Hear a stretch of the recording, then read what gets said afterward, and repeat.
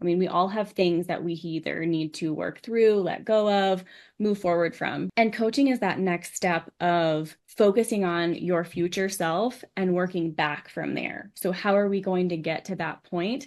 Some of it may say, working on goals, but the way I look at it is also we all know intuitively what's best for us, what we want, but it's been clouded by the world's view of what we should be doing, our family's view, how we grew up, maybe our own limiting beliefs. So being able to get back to what do you want? What do you feel in your gut is right for where you want to be? And then moving forward with guided intuition in that space, that's what I help people do. That's what I help women do. And I don't think until I had my own coach, I don't think I recognized how much I didn't trust myself.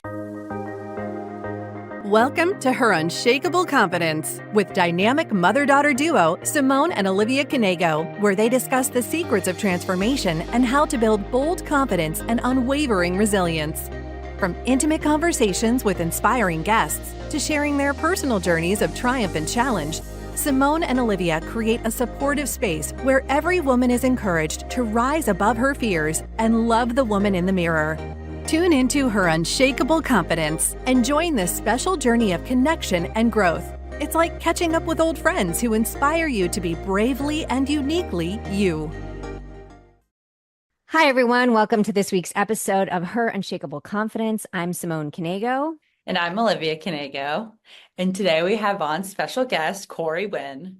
Corey Winn is a wife, a mom, a doctor of physical therapy, and the founder of Elevate and Empower, a private coaching practice for high-performing women and mothers in healthcare. Her passion is partnering with women to truly recognize their worth, gain clarity on the life and the future they want and not the future they should have, and release fear so that they can and step into the woman they've always dreamed of becoming. See, the first sentence when I was reading it, I was like, oh my God, my reading is so good today. And then, yeah, well, you were wrong. yeah. Sorry, Welcome, guys. Corey. Welcome, Corey. So this is funny because she does, like, with Olivia being in law school, she does a ton of reading inside her head. So I think I need to challenge you more. Yeah, I never read out loud. So like half the words that I read, I don't actually know how to pronounce at all. This is what I was talking about. You never know where it's going to love go. It. Okay, but I will say on this tangent, growing up, I was always the same way. I can remember reading the Percy Jackson books and they had the word chaos in it. And I was like in third grade and I was like, Choss? And for like 5 years, I was like, oh yeah, that's how you say it. Never said it out loud. And then I heard someone say it and I was like, oh, okay. I love Liv. that. I remember being in third grade and if I couldn't read the word perfectly, I couldn't read. I mean, I was convinced that I couldn't read. And the amount of times that my teacher had to sit me down and go, you're going to come up against words that you don't know. Like, we've got to get past this. Yeah, it's funny how it works because they were in a school for gifted kids and in remedial reading. Oh my gosh. I'm a really good reader. I'm an efficient reader. Yeah. That's the best way of saying it. It's the pronunciation. I really think you get that from your dad. Oh my gosh, he's going to kill me. But, he pronounces words really funny, right? So yeah, and you know what he's going to come on and say? That his English wasn't his first language. Okay. Yeah, true. Okay, let's get back to regularly scheduled programming. Hi, Corey. So nice to have you here tonight or today, whatever day it is. I don't even know. So I want people to know more about you. I mean, that was like a little intro. So tell us a bit more about you so that we can, kind of dive into things. Oh man, that could take a while. Open-ended question. From the PT standpoint, my uncle has a spinal cord injury. So I was around wheelchairs a lot of my younger life. And but then when I was 16, I totally pivoted. My whole life I was going to be a veterinarian and I was going to have a big farm, large animal vet. But I tore my ACL when I was 16 and had months and months of PT. And then it opened up this whole world of, oh, that's what I actually want to do. So for years, I was outpatient neuro PT specialist and worked a lot with patients with Parkinson's disease. but my daughter's 9. And when she was born, 12 weeks of maternity leave, immediately went back to work. And when she was like 6 months old, I remember, frantically getting ready in the bathroom, and she crawled across the bathroom floor. And I was like, oh my gosh, she crawled for the first time. Mm. And I went and I took her to daycare, and her teacher looked at me and she said, oh, yeah, she did that yesterday.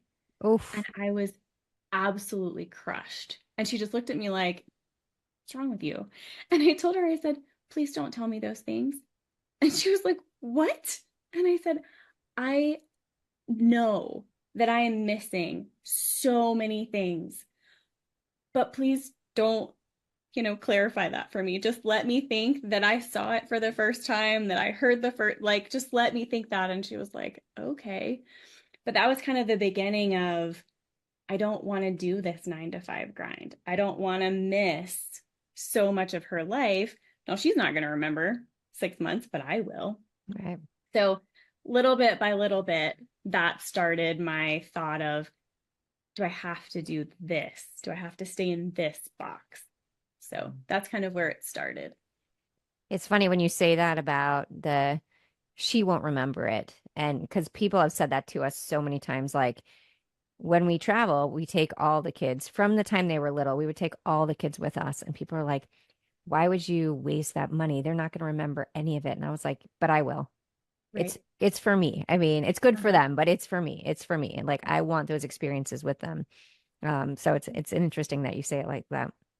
So talk about what you do now. So because I want to get into the whole coaching aspect and kind of how you found that path and what you're doing with it. Yeah. So if I back up just a little bit, like at that point, I started working PRN, and then we moved across the country to Washington, and I had a friend who was health coaching. So as far as entrepreneurship, that's what started my journey. And still working PRN, PT, still working with the neuro patients. And then I was really working with a lot of women who really needed health, and I absolutely loved it. But what I found was they continued to sabotage themselves, and they continued to go backwards, and I couldn't figure out what it was. And at that same time, my personal confidence was absolutely shaken to the core. And I started doubting myself, doubting all of my decisions. Was I in the right career? Was I doing the right thing? And I thought, this is it. This is what happens to women and men, I'm sure, as well. But we doubt our self worth. We don't believe in ourselves enough to follow our own intuition, to make the right choice, or the choice that would be the fullest expression of us. How do I help that?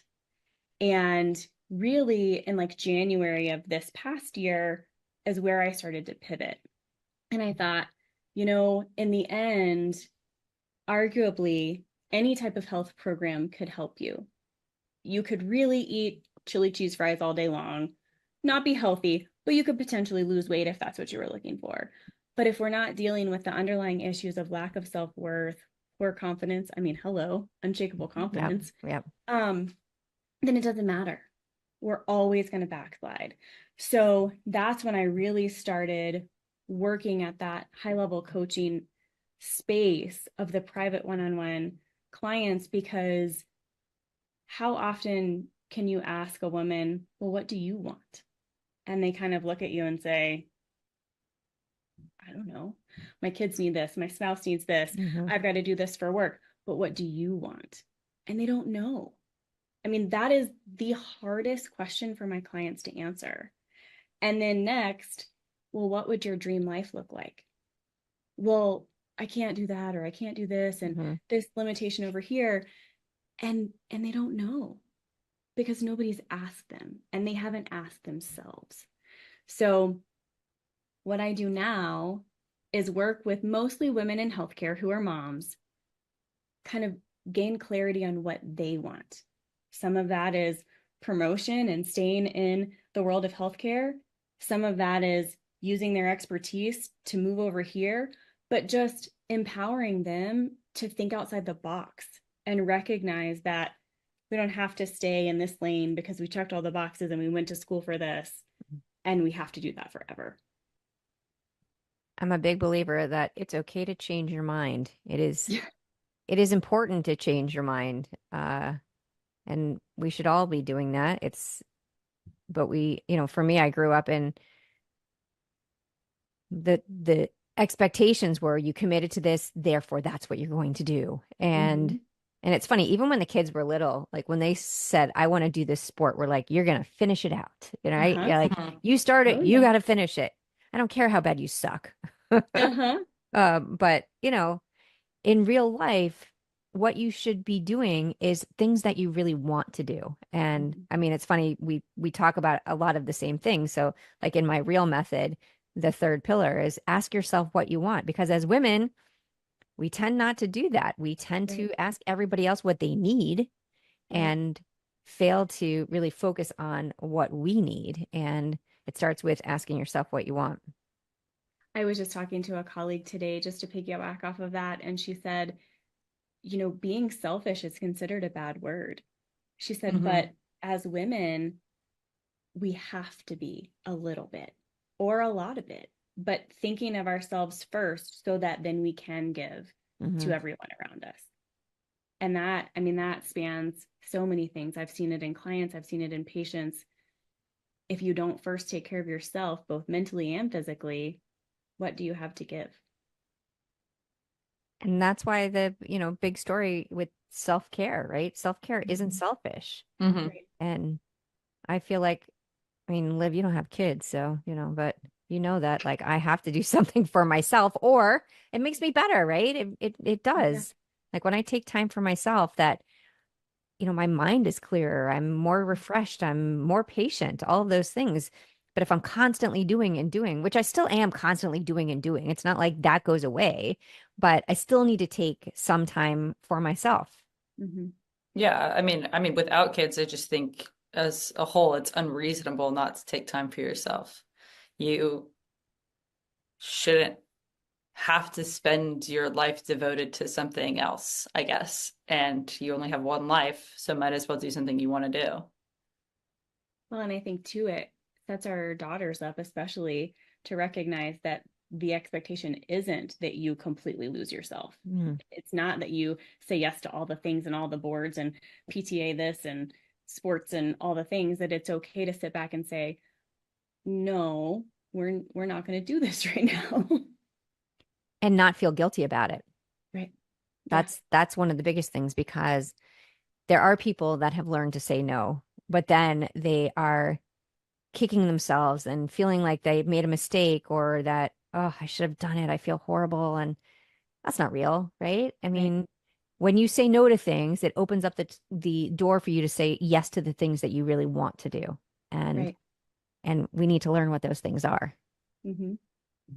I was just working with a client a few weeks ago, and she was stuck in this space of, well, I feel like I should be doing this and this should look like that. And I said, okay, hold on. You need to take should out of your Mm, vocabulary. And she was like, what? I said, for the next week, the only thing that you're going to work on is not shoulding yourself, mm, making sure that what you're doing in that moment is either something that you love doing, or, she has a baby at home. Yes, he needs to be taken care of. right. And she came back the next week and she's like, I had no idea how much of my day was consumed by things I thought I should be doing, things that I didn't need to be done or I didn't want to do. And it's incredibly freeing. Hmm. I kind of needed to hear that right now. We just had a conversation before this, actually, about all the things that I feel as though I should be doing at this stage in like law school. I'm what, 3 or 4 weeks in now, and I already feel behind in terms of like making connections with companies or like firms and like building out my resume. But yeah, like I shouldn't be focusing on that. I should be doing the work that's right in front of me. Mm-hmm. Yeah, it's interesting how that works when you really start paying attention to the things that you say, right? Hmm. And th I would notice, actually, this is totally an offshoot, but when we first started doing the podcast, we talked about how much we use filler words, right? Instead Mhm. of pausing to really think. And I think we do that in life in general, right? We think about what we should be doing, and then everything becomes a filler instead of just living the life you want to live. And it's interesting when you really think about it like that. I want to talk a little bit about coaching in general because Yeah. I do think there's like misconception of what coaching is. And I heard a really good, someone was saying today, I don't remember who I was talking to. So many people, I have no idea. Um, that they were talking about how when therapy focuses on trying to fix the things that are you're stuck in the past on, and but coaching is really about moving you forward. Is that Right. kind of how you see it? And Hmm. kind of having, yeah, right? I mean, an explanation of what coaching is, because coaching is not therapy, right? Coaching is Right. completely different. And I do not have a background in anything but physical therapy. So you do not want me to be your psychotherapist. That is totally out of my wheelhouse. But yes, what you said, I think is exactly right. I think therapists oftentimes are very skilled in helping their patients or clients, however you want to call it, working through trauma, working through things from their past that they do. I mean, we all have things that we either need to work through, let go of, move forward from. And coaching is that next step of focusing on your future self and working back from there. So, how are we going to get to that point? Some of it may say, working on goals, but the way I look at it is also we all know intuitively what's best for us, what we want, but it's been clouded by the world's view of what we should be doing, our family's view, how we grew up, maybe our own limiting beliefs. So being able to get back to what do you want? What do you feel in your gut is right for where you want to be? And then moving forward with guided intuition in that space. That's what I help people do. That's what I help women do. And I don't think until I had my own coach, I don't think I recognized how much I didn't trust myself, how Mm. much I looked for external validation and external answers.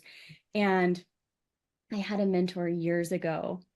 I asked her a question that I wanted an answer to. And she said, "Well, tell me why you think that is." And I remember being so angry. And she just sat there and she stared at me. And I was like, "I don't know. I need you to tell me." And she said, Mm. "No, you don't need me to tell you. You need to decide or you need to figure out." And that was so hard. And I think women, I mean, I don't want to speak for everybody, but for me, I spent so much of my life looking for external validation, feeling like I needed to be perfect, toe the line in a certain way because what would other people think, that I didn't know what I wanted or needed or what I didn't trust myself anymore.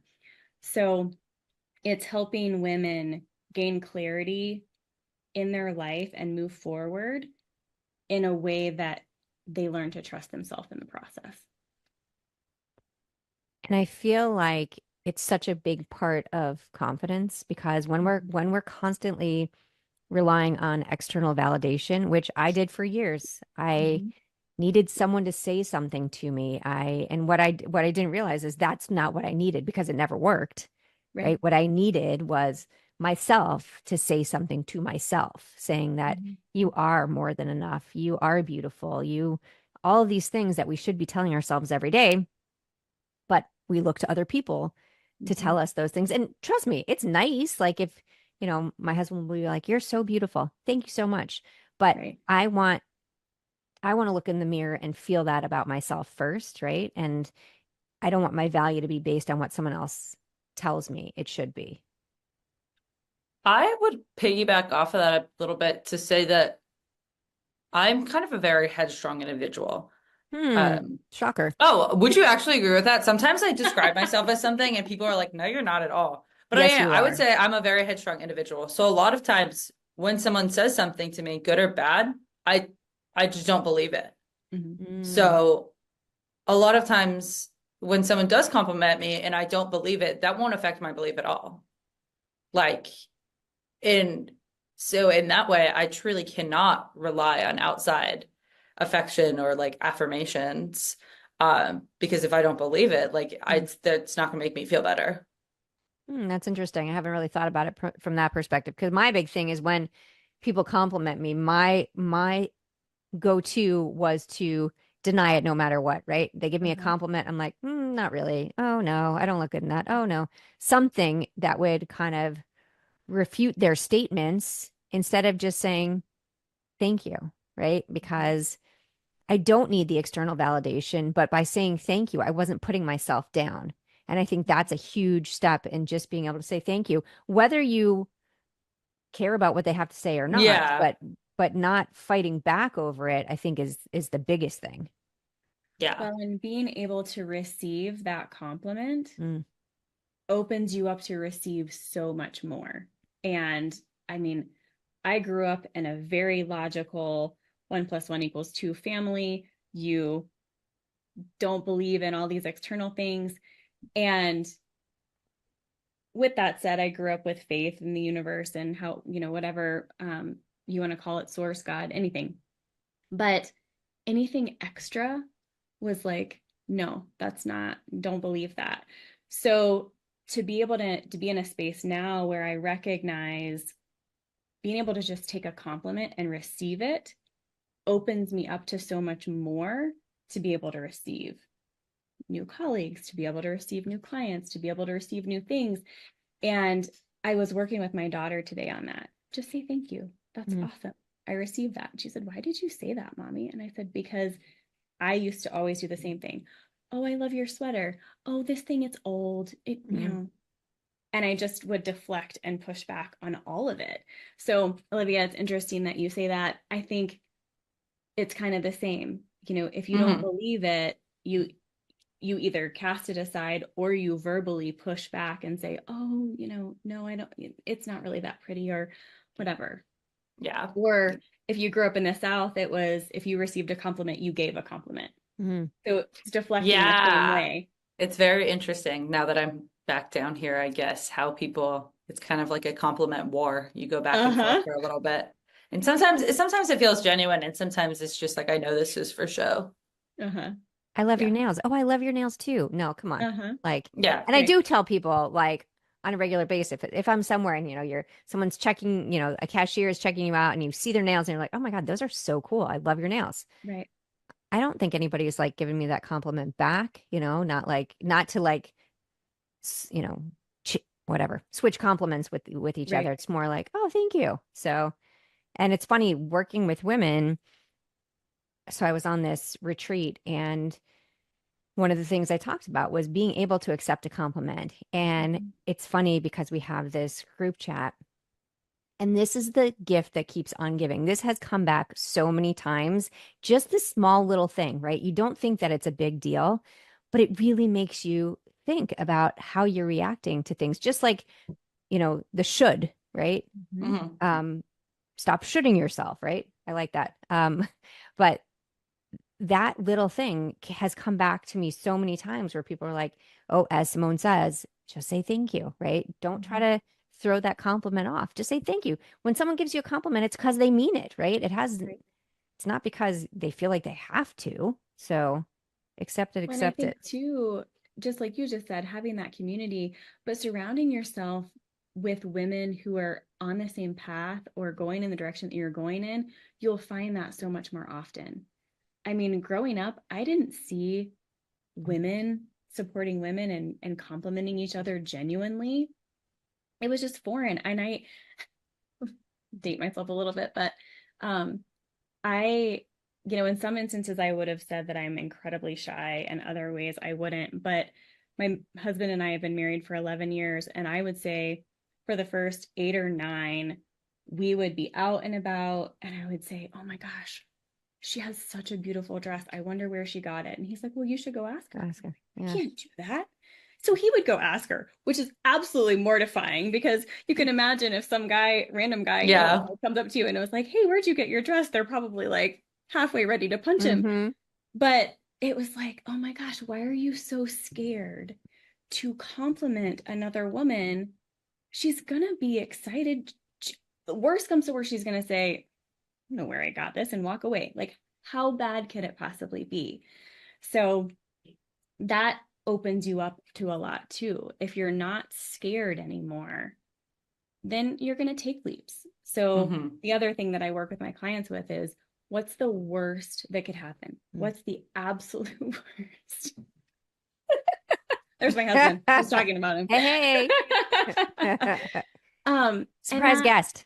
You know, and a lot of times the absolute worst isn't that bad. So then you can kind of work back and think, okay, well, if that's the worst that's going to happen, then I can pitch this new deal, or I can ask for this promotion, or I can go out on this date. Like, whatever it is, what's the absolute worst? And rarely, you know, is somebody's, you know, life going to be in danger, or, you know, you could end up being embarrassed, but in all likelihood, it's not going to be that bad. I live my life by that principle, I would say. I honestly think I've really incorporated it into a lot of my like things before, especially when I was back in high school, that like I would never have done. And it's probably the advice that I give the most often to people is like, literally, what's the worst that's going to happen? And I think that's why I come off or am so type B, because what is the worst that's going to happen? Like, I do what I have to, but you know, there's a line, I guess. And I don't know, I feel like it's such an important realization that I made in my life is you just become so much more free. Right. So much more free. So I'm curious, how do you blend your neuro background and your PT background with coaching? You know, it's more understanding the level of burnout that faces healthcare. So really being able to know what they're dealing with, know what they think. And there's a lot of women in healthcare who are incredibly talented and are exhausted.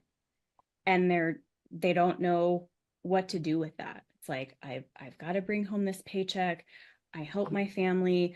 I went to school for this. I can't leave, but I'm hating life, or I'm in a job that's like sucking my soul away. So opening them up to what else could you do? And several of my guests on my podcast have been women in healthcare who've become entrepreneurs using their expertise in a different way, or open them up to, what could I do in my current role that is going to bring me joy or bring me back to why I started out here. And I still work as a PT in addition to my coaching practice. And I actually just found a job. My dream has always been to work with patients who need wheelchairs. And I don't want to get too far in the weeds with this, but getting a new wheelchair for all that you need is a very convoluted process that requires a lot of documentation. It's kind of like law. I mean, you have depositions and you have all this paperwork, and a lot of people don't want to do it. But I'm here in Colorado, and there's a company who that's what they do, and they go into people's homes. So the patient with the neuro issue doesn't have to leave, which a lot of times is a huge barrier to go get anything done, and help them get the equipment that they need in their home. And so it's been a great balance of being able to still be a PT, which I love, and also coach women in a way that really lights my soul on fire. So which I don't know if that really answered your question, but no, that's what definitely. So, I mean, talking about women limiting beliefs, like what are the most common things that you come across? I mean, obviously I have 15 things in my head already that women say about themselves. Did you write a book on this? Yes, yes. But just from your experience, like what are the top 3 things that, you know, women, their limiting beliefs are? Because I think that the importance is when we talk about these things that the women who are listening understand that they're not alone, right? Because Right. that's the first thing, because there's a lot of times where you feel like you're struggling with something and you're the only one and you don't Mhm. know how to approach the subject because whether you're embarrassed or you feel shame or you just feel overwhelmed, you don't even know where to start. But when someone else says, okay, here's what I struggle with, I feel like that opens huge doors for other women to say, you know what, I'm struggling with that too. Yeah. The first thing that comes to mind is all the women that I've worked with and I'm currently working with have checked all the boxes. You know, they decided at whatever point in their life that this is what they were going to do, and they went for it and went after it. And then, what's the American dream? You get married, you have 2.5 kids, and you have the white picket fence and the dogs and or the cats, whatever. And then you get to this point where you have achieved it all, and it looks nothing like you thought it was going to. Or you look around like I did and you go, is this it? And when I read Glennon Doyle's book, Untamed, she said, wasn't it all supposed to be more beautiful than this? Mm. And that's the statement that resonates with so many other women. We have this view in our head of what either marriage or parenting or career or mothering and parenting and career all are supposed to look like. And we get there and we've checked all the boxes, but we don't feel like we have purpose anymore, or we're not fulfilled anymore, or we've lost ourself and our health in the process. And we look in the mirror and go, who is that? And what happened to her? So that's the number one thing. And I think going along those lines is because you've checked all the boxes, you're a horse with blinders on. I went to PT school. I have my doctorate. I have to be a PT forever. Mm. And then you look around and go, but I don't find joy in this anymore, or I don't know that this is what I love, but now what do I do? So just being able to explore different options and different things. But I think the biggest limiting belief in any of that is, oh, but I couldn't do that. Mm. And it's either I couldn't do that because what are people going to think? I couldn't do that because I don't have the expertise. I couldn't do that because I've been doing this for 15 years. I can't change. And there's just that fear of the unknown, I think, is the other, like, who am I to think that I could do that, is what comes up across most often. And I always feel like my response to that is, well, do you want to? Right. Yeah. And it is interesting to think about that. For years, I couldn't tell you what I wanted to do. I mean, I Mm-hmm. knew I loved raising my kids and that kind of stuff, but I tried many different career paths and didn't really realize what I wanted to do. And I was just trying things like kind of stabbing in the dark, thinking like, okay, maybe this will work, or maybe this will work, or this is what people think I should do. So this is what I'm going to do versus, wow, what am I good at? What do I really like? Mm-hmm. And what do I want for myself instead of constantly thinking about what we want for everyone else? Mm-hmm. Well, and I grew up in a family, both of my parents were incredibly hardworking people who stayed in the same job for 35 to 37 years.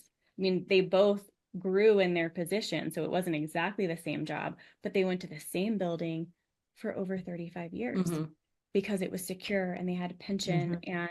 and I don't doubt that they loved it, but I do wonder sometimes what would they have done if they had just thought of something different. There's no right or wrong. I think there's a lot of people out there who absolutely love what they do and they don't ever want to think of anything different. But I do just wonder, what if? Yeah, it is interesting. I mean, I think that my mom loved what she did. I know my husband loves what he does. But I think there's so many people that don't love what they do and they do it because they feel like they have to. And trust me, I mean, I understand you got to pay the bills. Like there's certain Right. things that have to get done every month, but I always feel like there's another way. And whether it's not quitting your day job, but adding something else into your life, whether, volunteer work, something else that kind of fills your cup. I think Mm-hmm. it's so important that we think about those things on a regular basis. Olivia was just talking about how what she was saying about she doesn't feel like she's doing enough right now. And she's like, I'm not really doing any extracurriculars right now. And I'm like, Do you want to be doing them? What's Mhm. your answer? No. Yeah. So, I mean, Yeah. there's things that you have to do, right? And then generally But speaking, I mean, we come from like, I just spent 4 years at undergrad and then before that, 4 years in high school where you're just told to overload yourself because that's how you become successful. Your focus is on building your resume and it's not about building yourself or even doing what you want. Mhm. yeah, I think it's a problem with the school system in general. And I mean, that's a podcast for another day. That is a good podcast for us to do for another Oh, day. There you yeah. go. It's really talking about how, right, there's these, you have to do these things to check the boxes, not because they're interesting to you or that you want to do them, but, for me, like when I went to school, I was going pre-med because that's what my parents told me I had to do. And until I failed organic chemistry. And then they told me why I should do accounting because I'm really good at math. So that's what I did, and never asking myself, like, is this really what you want? Because I didn't know that was a question I could ask myself. It's so funny that you mentioned organic chemistry. So I went to undergrad for zoology, and the reason behind that was because you could take so many other anatomy classes, but organic chemistry was required. It was not required for PT school. I have never failed something so badly in my life. I honestly think that the professors gave me whatever needed to be given so that I didn't have to come back because they knew I wasn't going to pass it. I mean, it Yeah. was horrible. I mean, like Yeah. 30s and 40s had to have been my average. But yeah, Yeah. That was a I didn't horrible want to take experience for organic me too. chemistry. I'm No, never going to use that ever again. no. But we have to, like, it's these paths that we're on. There are Mhm. specific boxes that you have to check to move forward. And, I don't know. Who knows how long that will be before things change, but I get some of it. Some of it I will Yeah. never understand. Yeah. Um, so talking about difficult things, what's the hardest thing that you've ever done? Ooh. Hmm. Um, Believing in myself. Mm, You know, I didn't realize I'm 39 years old. I didn't realize until I was an adult, and I spoke on this earlier, how much external validation I needed to know that I was succeeding. And I worked with a coach several years ago, and that's what I said to him. I said, what's your goal when you leave here? And I said, I want to believe in myself above all else, regardless of what other people will say about me. And that was the first step in getting there because, I mean, I let what other people say dictate so much of my life. And, I made it through PT school. I did a lot of things, but when it really comes down to what was hard, really believing in myself has probably been the hardest thing because I've doubted myself my whole life. I've looked for other people's opinions and second guessed everything. And now, not anymore. it's such a freeing feeling because I would tell you that I'd first say raising six kids, but I like get so much enjoyment out of that I can't tell you that's the hardest thing. I mean, there are days that are brutal, right? Right. I mean, there are days that are brutal, but I truly believe for me too, it was overcoming self-doubt, right? It was Mhm. really putting in the work that I needed. First understanding that I had an issue, right? I didn't Right. know first, I didn't acknowledge it for so long. I just kind of put up this stoic face and just kept moving forward. And that wasn't the right way to approach it. I mean, it did nothing good for me, right? I still struggled with all those daily doubts on a regular basis. But for me, it was the same thing. I mean, Olivia, at 21 years old, what's your biggest? That's the hardest thing I've ever done. I don't Uh-huh. know. I don't think I've done anything that could be deemed the hardest thing I've ever done. Mm, okay. Well, stay tuned for that. There Yeah. you go. Well, I think in tune with all of that is kind of getting over this level of perfectionism that I dealt Mm, with most of my life is, you know, because if it, whatever it was, didn't go in this perfect path, then I was failing or it wasn't working or Hmm. whatever. So being able to step back and recognize, like, okay, it's not going this path that I thought it was going to, but that doesn't mean that whatever the it is isn't happening or that we're not still moving forward.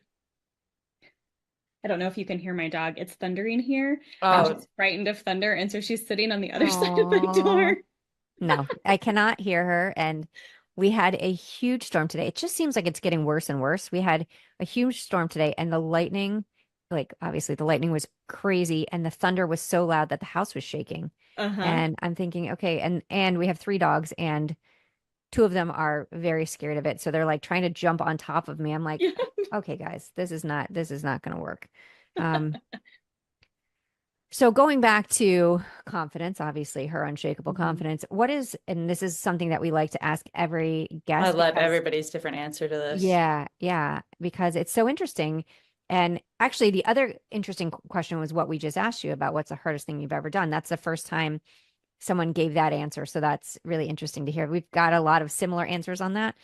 A lot of them are about raising kids and that kind of stuff. But when we talk about confidence, what does it mean to you? Because obviously for each person it's something different, but what does confidence mean to you?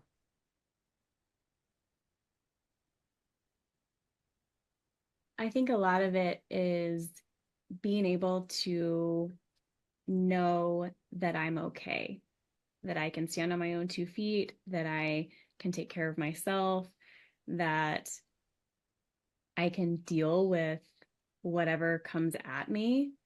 Um, and in the same space, I think that for me, confidence also is the recognition that I don't have to do it by myself, Mm, that asking for help doesn't make me a failure, doesn't make me needy or wrong, but that I also can trust myself enough to know, hey, I need help in this area, or I can't do this part by myself.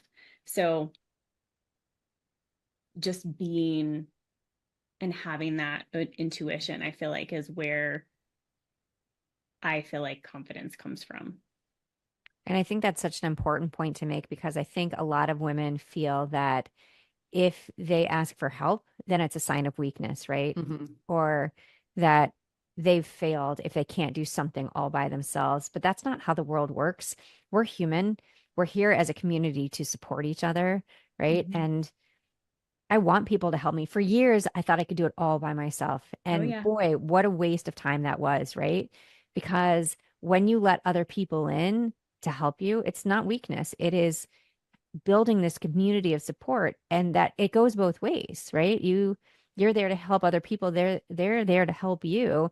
And I think it's so good for our kids to see as well, Mm-hmm. because I don't want my kids thinking that they have to do everything by themselves. Otherwise, they're not accomplished. And, a lot of people talk about being self-made. Well, I mean, there's always someone that's helping you with something, right? You Right. can Hmm. say self-made as much as you want, and I understand a lot of people have gone through a lot of struggles to get where they are. So I'm not belittling it at all. But I do think that it is so important to let other people in to share the journey with you. It makes it so much more powerful, I think. Well, and for years, I was labeled as unapproachable or, you know, standoffish or whatever because I thought I had to do. I mean, I had this wall up and, Hmm. you know, I did it all and I did and I didn't ask for help. And I will never forget one of my coworkers years ago. She looked at me, she was like, "Oh my gosh, you always have it all together. Everything is always right." And I looked at her and I was like, "I did my makeup in the parking lot this morning." And she was like, "What?" And you could just see this wall come down of Hmm. like, "Oh my God, she's a normal person." And I thought, I have got to figure this out because if Mhm. you people think that I've got it all together, I don't. And I think that's how we kind of go around, right? That people have I mean, that's what people had these assumptions about me that, I always had my shit together. And Yeah. oh my gosh, half the time I was like, let me just get through this day. But Right. I never, for years, I didn't let anybody in to see what I struggled with because, oh my gosh, that would have been embarrassing. And now I'm like, Mhm. let me tell you what I'm struggling with, right? I mean, I'm telling it on a podcast now. So, I Hmm. mean, that's huge growth. Oh, right. Well, and even as a mom, I think we all go through stages of like, "Oh my gosh, is my kid a sociopath? Is this normal? What are they doing?" And then like my kiddo was little during COVID. So like I was home with her. I didn't know anything else. And Right. I'm thinking, oh my gosh. And then, you get back out and you get into community and you're like, oh, they're not a sociopath. That's just normal development. All right, moving on. So just like you said, being around other people and recognizing you're not alone in this journey of motherhood or career or being a spouse, it's huge. Yeah. Ask for help when you need it. Yeah. Exactly. So wrapping up here, what's the best advice your mother has ever given you? When you guys talked about this first, this is going to make my mother sound terrible, and she's an absolutely amazing person, but I was like, I have no idea. Like, I don't remember any advice. And what I mean by that is like, I watched my mom get up every day, go to work hard, take care of me and the dogs, and make dinner because my dad worked kind of in this rotating shift. So he was home, he provided for us, but he wasn't home a lot. So my mom did it all. So when I think of my mom, I think of this like nose to the grindstone, hardworking woman who provided for us. And then I kind of stepped back and was like, but what advice did she give me? And I actually found this book the other day. What made me think of this, when I was 16, the Leanne Womack song, I Hope You Dance, came out. Mm-hmm. And then when I was 18 and graduated, both of my parents gave me different books. And there was a book that was based on Leanne Womack's song. And I remember as soon as that song came out, like we sang it to each other, we sang it in the car. And the message behind it is to not let anything stop you, to dance, to go, to do, to not doubt yourself. And I've started singing that with my daughter now, and she knows all the words. So when I think of like global advice, it was don't settle, don't do what people thought you should do, go dance. And it makes sense because I also danced as a younger person Mm-hmm. for most of my life. So, but when I think back, that's what she said. I hope you dance. I love that. That is so sweet. I love that. Yeah, that's really good advice because, when I was growing up, and again, my dad passed away in 2019, but I have really, amazing parents. But a lot of what they said was, what will other people think? Right. Mhm. But that was just part of that generation. So, Right. now I really do say to my kids, you know, dance, do whatever fills your cup. Like you need to be Right. happy. You have one life. If you want to change your mind again about what you're doing, change it again.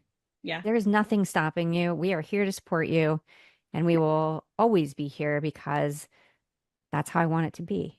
Both my Yeah. husband and I, we want them to feel like, trust me, I don't want them to like, change their mind 15 times in 1 year, but Yeah. but in general, we just want them to find something that they're passionate about and that they love and a person that they love, a person that they want to be with, right? I Mhm. mean, and someone that respects them. Respect yourself first, all those kinds of things. So, Yeah. okay, Liv, tell me your calendar for the day. The universe is neither conspiring for nor against you. And the only thing that stops you is when you buy into the notion that you are stopped. Oh, Hmm, I like that one, right? You are not stopped. You got to keep moving forward. Mm-hmm. And I think part of the thing is a lot of times we're the ones stopping ourselves, right? mhm. We are letting other things get in our way, beliefs, these limiting beliefs get in our way, and we just need to keep moving forward. There was a little like little tea holder, and it said something to the effect of the only thing that limiting you is believing that you have limits, become Mm. limitless. So Oh, I same love thing. that. I love that. So thank you so much for joining us today. Can you tell everybody where they can find you? Yes. Thank you so much. This has been lovely. Um, I am on Instagram at Corey Winn DPT, and my website is coreywinn.com, COREYWINN.com. So thank you so much. Perfect. We will have everything in the show notes so people can reach out to you. And Thank you, everyone, for joining us on this episode of Her Unshakable Confidence. See, I did good. 2 times in an episode, I didn't mess it up. It still sounds foreign to me. I know, right? I mean, I just keep on trying to say the Daughter Dares podcast, but Her Unshakable Confidence. And we love doing this. So share the podcast, leave a comment, leave feedback. We're here because we want to help other women rise up. So always remember, you are unshakable. Bye, guys. Bye.